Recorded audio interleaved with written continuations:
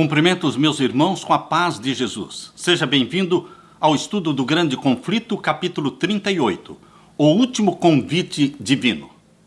Vi descer do céu outro anjo que tinha grande poder, e a terra foi iluminada com a sua glória. E clamou fortemente com grande voz, dizendo: Caiu, caiu Babilônia, e se tornou morada de demônios, e coito de todo o espírito imundo, e coito de toda ave imunda e aborrecível. E ouvi outra voz do céu que dizia: Sai dela, povo meu, para que não sejas participante dos seus pecados e para que não incorras nas suas pragas. Apocalipse 18, verso 1, 2 e 4.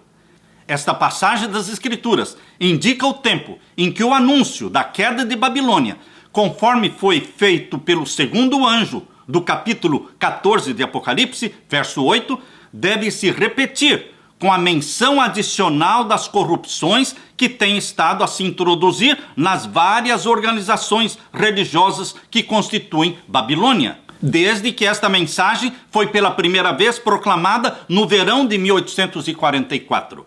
Descreve-se aqui uma terrível condição do mundo religioso. A cada rejeição da verdade, o espírito do povo se tornará mais entenebrecido, mais obstinado o coração, até que fique entrincheirado em audaciosa incredulidade. Em desafio às advertências que Deus deu, continuarão a calcar a pés um dos preceitos do Decálogo, que é o quarto mandamento da lei de Deus, até que sejam levados a perseguir os que o têm como sagrado. Cristo é desprezado com o desdém de que se lança à sua palavra e ao seu povo, sendo os ensinos do Espiritismo aceitos pelas igrejas.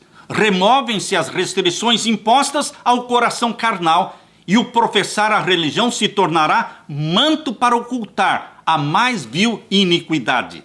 A crença nas manifestações espiritualistas abre a porta aos espíritos enganadores e para as doutrinas de demônios. Assim, a influência dos anjos maus será sentida nas igrejas.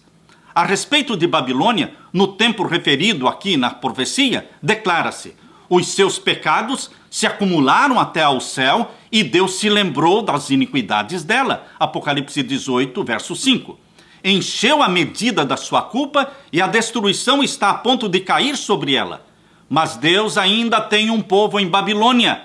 E antes de sobrevirem seus juízos, esses fiéis devem ser chamados para sair, para que não sejam participantes dos seus pecados e não incorram nas suas pragas. É esta a razão de ser o movimento simbolizado pelo anjo descendo do céu, iluminando a terra com a sua glória e clamando com grande voz, anunciando os pecados de Babilônia. Em relação com a sua mensagem, ouve-se a chamada: Sai dela, povo meu. Estes anúncios, unindo-se à mensagem do terceiro anjo, constituem a advertência final a ser dada para todos os habitantes da terra. Terrível é a crise para a qual o mundo está a caminhar. Os poderes da terra, unindo-se para combater os mandamentos de Deus, decretarão que todos, pequenos e grandes, ricos e pobres, livres e servos, Apocalipse 13, 16, se conformem aos costumes da igreja pela observância do domingo. Todos os que se recusarem a se conformar serão castigados pelas leis civis e declarar-se-á finalmente serem merecedores da morte. Por outro lado, a lei de Deus que ordena o dia do descanso do Criador, que é o sábado bíblico, exige obediência também e ameaça com a ira divina todos os que transgridem os seus mandamentos. Esse assunto será esclarecido. Quem quer que pise a lei de Deus para obedecer um mandamento humano, receberá o sinal da besta. Aceita o sinal de submissão ao poder a que prefere obedecer em vez de obedecer a Deus. A advertência do céu é: se alguém adorar a besta e a sua imagem e receber o sinal na sua mão ou na sua testa, também o tal beberá do vinho da ira de Deus que se deitou não misturado no cálice da sua ira. Apocalipse 14, versos 9 e 10. Mas ninguém deverá sofrer a ira de Deus antes que a verdade se lhe tenha apresentado ao espírito e consciência e haja sido rejeitada. há muitos que nunca tiveram a oportunidade de ouvir as verdades especiais para este tempo. A obrigatoriedade do quarto mandamento da lei de Deus nunca lhes foi apresentada em sua verdadeira luz. Aquele que lê todos os corações e prova todos os intuitos não deixará que pessoa alguma que deseja o conhecimento da verdade seja enganada quanto ao desfecho da controvérsia.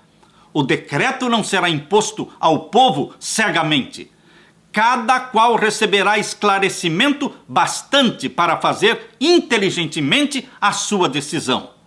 O sábado será a pedra de toque da lealdade, pois é o ponto da verdade especialmente controvertido. Quando sobrevier aos homens a prova final, traçar-se-á uma linha divisória entre os que servem a Deus e os que não o servem.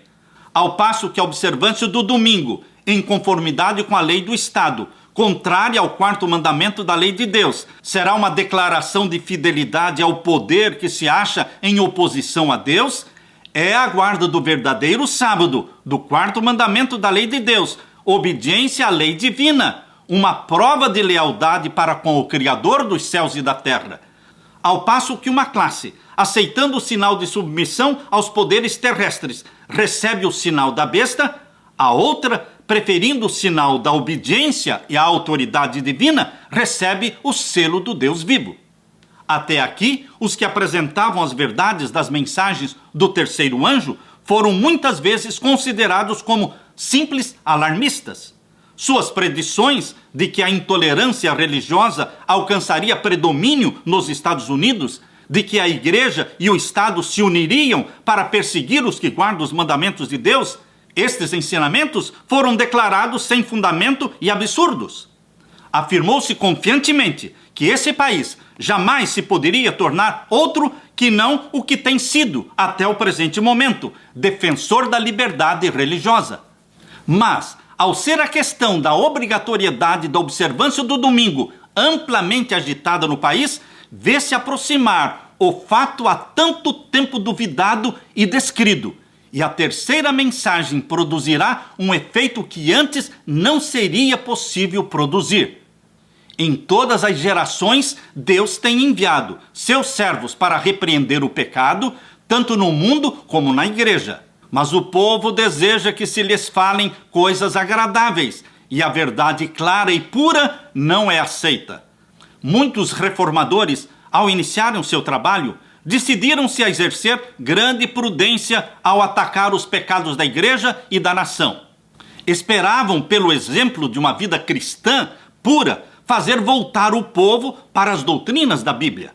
Mas o Espírito de Deus veio sobre eles, assim como viera sobre Elias, impelindo-os a repreender os pecados de um rei ímpio e de um povo apóstata.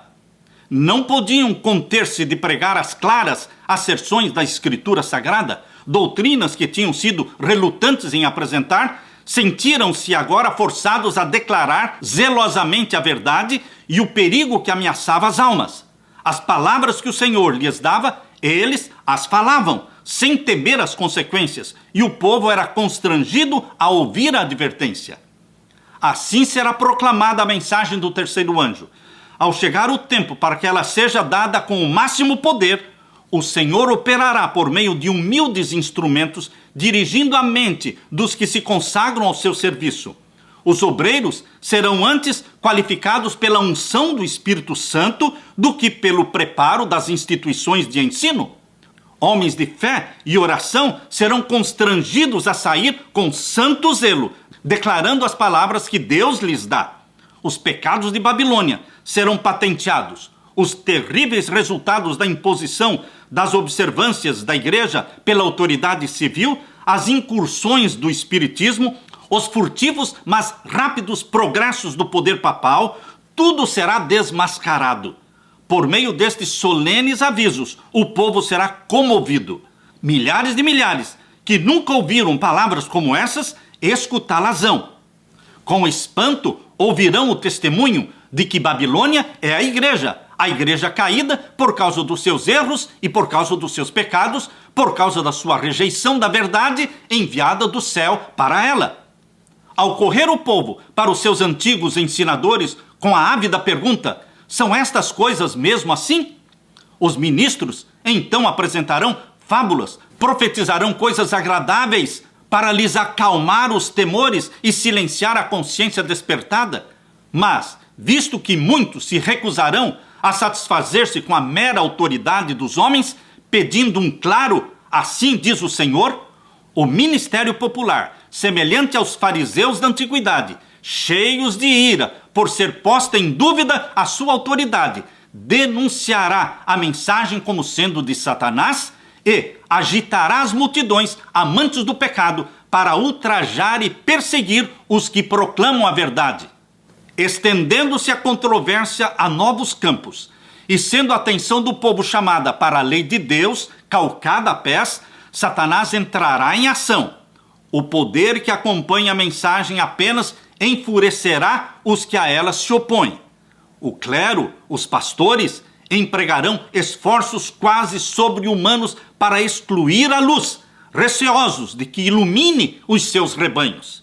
Por todos os meios ao seu alcance, esforçar-se-ão para evitar todo o estudo desses assuntos vitais. A igreja apelará para o braço forte do poder civil e nesta obra unir-se-ão romanistas e protestantes. Ao tornar-se o movimento em prol da observância do domingo mais audaz e mais decidido, invocar-se-á a lei contra os observadores dos mandamentos de Deus. Serão ameaçados com multas, com prisão, e a alguns se oferecerão posições de influência e outras recompensas e vantagens como engodo para renunciarem à sua fé. Mas sua perseverante resposta será: mostrai-nos pela palavra de Deus o nosso erro. A mesma resposta que foi apresentada por Martinho Lutero sob idênticas circunstâncias. Os que forem citados perante os tribunais defenderão desassombradamente a verdade, e alguns que os ouvirem serão levados a se decidir a guardar todos os mandamentos de Deus. Assim, a luz chegará a milhares que de outra maneira não saberiam destas verdades. A conscienciosa obediência à palavra de Deus será considerada rebeldia. Cegado por Satanás, o pai exercerá aspereza e severidade para com o próprio filho crente. O patrão ou a patroa oprimirá o empregado que observa os mandamentos de Deus. A afeição será alienada. Filhos serão deserdados e expulsos do lar. Cumprir-se-ão literalmente as palavras de Paulo quando disse: todos os que piamente querem viver em Cristo Jesus padecerão perseguições. 2 Timóteo 3:12. Como os defensores da verdade se recusem a honrar o descanso dominical, alguns deles serão lançados na prisão, exilados e outros tratados como escravos. Para a sabedoria humana, tudo isso parece agora impossível acontecer. Mas, ao ser retirado dos homens o Espírito de Deus, o qual tem o poder de reprimi-los, e ao ficarem estes homens sob o governo de Satanás, que odeia os preceitos de Deus, hão de acontecer coisas estranhas. Quando o temor e o amor de Deus forem removidos, o coração vai se tornar muito cruel. Ao se aproximar a tempestade, uma classe numerosa que tem professado fé na mensagem do terceiro anjo, mas que não tem sido santificada pela obediência à verdade, abandona sua posição, passando para as fileiras do adversário. Unindo-se ao mundo e participando do seu espírito, chegaram a ver as coisas quase sob a mesma luz e, em vindo à prova, estão prontos a escolher o lado fácil, o lado popular. Homens de talento e maneiras agradáveis, que se haviam já regozijado na verdade, empregam a sua capacidade em enganar e transviar as almas, tornam-se os piores inimigos dos seus antigos irmãos. Quando os observadores do sábado forem levados perante os tribunais para responder por sua fé, estes apóstatas serão os mais ativos agentes de Satanás para representá-los falsamente e os acusar, e por meio de falsos boatos e insinuações incitar os governantes contra eles. Neste tempo de perseguição, provar-se-á a fé dos servos do Senhor. Deram fielmente a advertência, seguindo tão somente a Deus e a sua palavra. O Espírito Santo, atuando em seu coração, constrangeu-os a falar. Estimulados por um santo zelo e forte impulso divino, cumpriram o seu dever, sem deter-se para calcular as consequências de falar ao povo a palavra que o Senhor lhes dera. Não consultaram seus interesses temporais, tampouco procuraram defender sua reputação ou sua vida. Todavia, quando a tempestade da oposição e vitupério irromper sobre eles, alguns, vencidos pela consternação, estarão prontos para exclamar: se tivéssemos previsto as consequências de nossas palavras, teríamos guardado silêncio. Acham-se cercados de dificuldades. Satanás os assalta com cruéis tentações. A obra que empreenderam parece muito além da sua habilidade para levarem a termo. Estão quase a sucumbir. Foi-se o entusiasmo que os animava. Contudo, não podem voltar. Então, sentindo o seu completo desamparo, se refugiam naquele que é poderoso em busca de auxílio. Lembram-se das palavras que falaram? Não eram suas, mas palavras daquele que os mandou dar a advertência. Deus lhes pôs a verdade no coração e não poderiam eximir-se de proclamá-la. As mesmas provações foram experimentadas por homens de Deus nos séculos passados. João Wycliffe, João Hus, Martinho Lutero, William Tyndale, Baxter, Wesley, todos eles insistiam em que todas as doutrinas fossem submetidas à prova da Bíblia, declarando que renunciariam a tudo que a Bíblia, condenasse. Contra esses homens todos desencadeou-se a perseguição com fúria implacável. Não cessaram, todavia, eles de declarar a verdade. Cada um dos diferentes períodos da história da igreja se tem distinguido pelo desenvolvimento de alguma verdade especial, adaptada às necessidades do povo de Deus naquele tempo. Toda nova verdade teve de enfrentar o ódio, a oposição. Os que foram beneficiados por sua luz sofreram tentações e provações. O Senhor dá ao povo uma verdade especial quando este se encontra em situação difícil. Quem ousa recusar-se a publicá-la? Ele ordena aos seus servos que apresentem ao mundo o último convite de misericórdia. O último convite de misericórdia ao mundo. Eles não podem permanecer silenciosos, a não ser com o perigo da sua alma. Os embaixadores de Cristo nada têm que ver com as consequências. Devem cumprir seu dever e deixar os resultados com Deus. Assumindo a oposição um caráter mais violento, os servos de Deus de novo ficam perplexos, pois lhes parece que eles motivaram a crise. Mas a consciência e a palavra de Deus lhes asseguram que sua conduta é correta. E conquanto continuem as provações, são fortalecidos para suportá-las.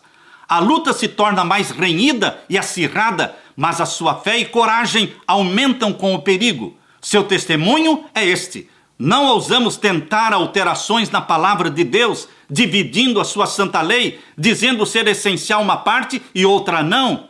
Com o fito de alcançar o favor do mundo, o Senhor a quem servimos é capaz de nos livrar. Cristo venceu os poderes da terra. Arrecear-nos-emos de um mundo já vencido? A perseguição em suas várias modalidades é o desenvolvimento de um princípio que subsistirá enquanto existir Satanás e enquanto tiver o cristianismo poder vital. Ninguém poderá servir a Deus sem atrair contra si a oposição das hostes das trevas. Anjos maus o assaltarão, alarmados de que a sua influência lhes esteja arrebatando a presa.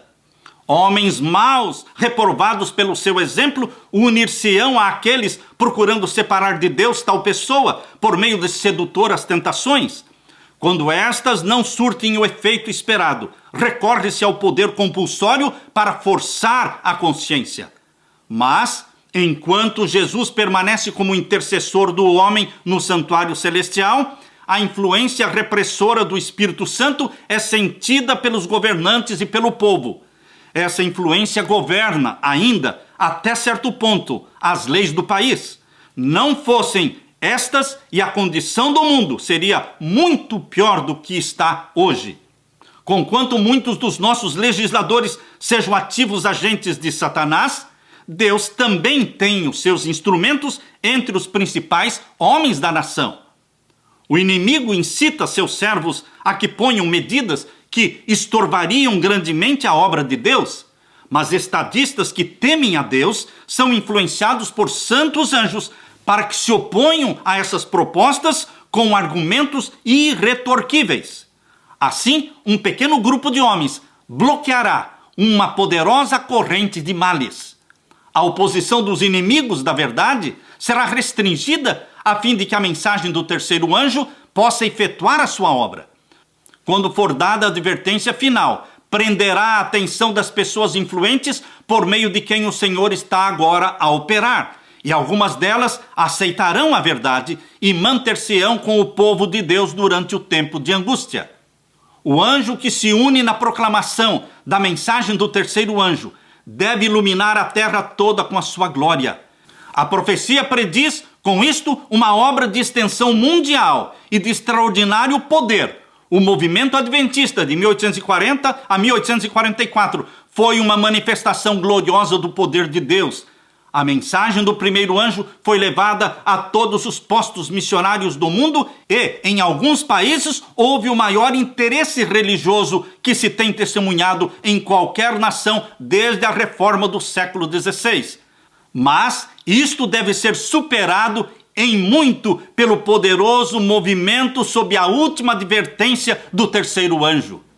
Esta obra será semelhante àquela do dia do Pentecostes. Assim como a chuva temporã foi dada no derramamento do Espírito Santo no início do Evangelho para efetuar a germinação da preciosa semente, a chuva serôdia agora será dada em seu final para o amadurecimento da seara. Conheçamos e prossigamos em conhecer o Senhor, como a alva será a sua saída, e ele nos virá como a chuva serôdia que rega a terra. Oséias 6:3. E vós, filhos de Sião, regozijai-vos e alegrai-vos no Senhor vosso Deus, porque ele vos dará ensinador de justiça. Ele fará descer a chuva, a temporã e a serôdia. Joel 2:23. E nos últimos dias acontecerá, diz Deus, que do meu espírito eu derramarei sobre toda a carne. E acontecerá que todo aquele que invocar o nome do Senhor será salvo. Atos 2:17 e verso 21. A grande obra da pregação do Evangelho não deverá se encerrar com menor manifestação do poder de Deus do que aquela que assinalou o seu início. As profecias que se cumpriram no derramamento do Espírito Santo na chuva temporã, lá no dia do Pentecostes, no início do Evangelho, devem novamente essas profecias se cumprir agora no derramamento da chuva serôdia, no final da pregação do Evangelho. Eis aí os tempos de refrigério que o apóstolo Pedro esperava quando disse: arrependei-vos, pois, e convertei-vos, para que sejam apagados os vossos pecados e venham assim os tempos de refrigério pela presença do Senhor, e envie ele a Jesus Cristo. Atos 3:19 e 20. Servos de Deus, com o rosto iluminado e a resplandecer de santa consagração, apressar-se-ão de um lugar para o outro, para proclamar a mensagem do céu. Por milhares de vozes em toda a extensão da terra será dada a advertência. Operar-se-ão prodígios, os doentes serão curados, e sinais e maravilhas seguirão aos crentes. Satanás também opera com prodígios de mentira, fazendo mesmo descer fogo do céu, à vista dos homens. Apocalipse 13:13. Assim, os habitantes da terra serão levados a se decidir. A mensagem de Deus há de ser levada por toda a terra, não tanto por argumentos, mas como pela convicção profunda do Espírito de Deus. Os argumentos foram apresentados, a semente foi semeada e agora brotará e frutificará. As publicações distribuídas pelos missionários têm exercido a sua influência. Todavia, muitos que ficaram impressionados foram impedidos de compreender completamente a verdade ou de lhe prestar obediência. Mas agora os raios de luz penetram por toda parte. A verdade é vista em sua clareza e os leais filhos de Deus cortam os liames que os têm retido. Laços de família, relações na igreja, são impotentes para os deter agora. A verdade é mais preciosa do que tudo mais. Apesar das forças arregimentadas contra a verdade, grande número de filhos de Deus se coloca ao lado do Senhor. Queridos, aqui está falando do glorioso final, do clímax da pregação do Evangelho, do derramamento da chuva serôdia do Espírito Santo, da proclamação final das 3 mensagens angélicas compactadas como sendo uma só, no poder da voz do 3º anjo e com o poderoso clamor do 4º anjo: sai dela, povo meu. Deus tem um povo sincero em Babilônia, Deus tem um povo sincero em todos os lugares. Você e eu somos convidados por Deus para fazermos parte deste grande movimento mundial, batizados pelo poder do Espírito Santo, levantarmos a nossa voz e dizermos: ora vem, Senhor Jesus Cristo, é tempo do Senhor voltar nos buscar. Aleluia! Esta é a nossa bendita esperança. Que Deus te abençoe, meu querido irmão.